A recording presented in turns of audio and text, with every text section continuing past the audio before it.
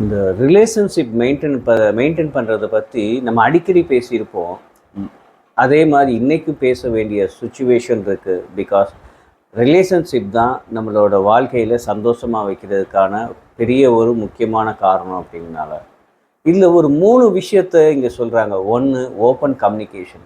இப்போ ஒரு 2 பேருக்கான கம்யூனிகேஷன் ஓப்பனாக இருந்து எந்தவித மறைமுகம் இல்லாமல் பேச ஆரம்பித்தாங்க அப்படின்னா அவங்களோட உறவு ஸ்ட்ராங்காக இருக்குது.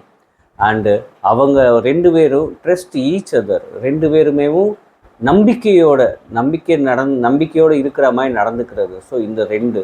3வது என்ன அப்படின்னா ரெஸ்பெக்ட். 2 பேருக்கான ஒரு ஸ்பேஸ்னு ஒன்று இருக்கும். அந்த ரெஸ்பெக்டை நம்ம கொடுக்க ஆரம்பித்தோம் அப்படின்னோன்னா நம்மளோட ரிலேஷன்ஷிப் வந்து ரொம்ப ஸ்ட்ராங்காக இருக்கும். இது பர்சனல் லைஃப்லேயும் சரி, ப்ரொஃபஷ்னல் லைஃப்லேயும் சரி ஈக்குவல். ஸோ அதனால் நீங்கள் கம்யூனிகேஷன்லேயும் ரொம்ப இம்பார்ட்டன்ட் கொடுங்க, ட்ரஸ்ட்வொர்த்தியாக இருங்க, அண்ட் ரெஸ்பெக்ட் கொடுத்தீங்க அப்படின்னா உங்களோட ரிலேஷன்ஷிப் நல்லபடியாக மெயின்டைன் ஆகும். Thank you so much.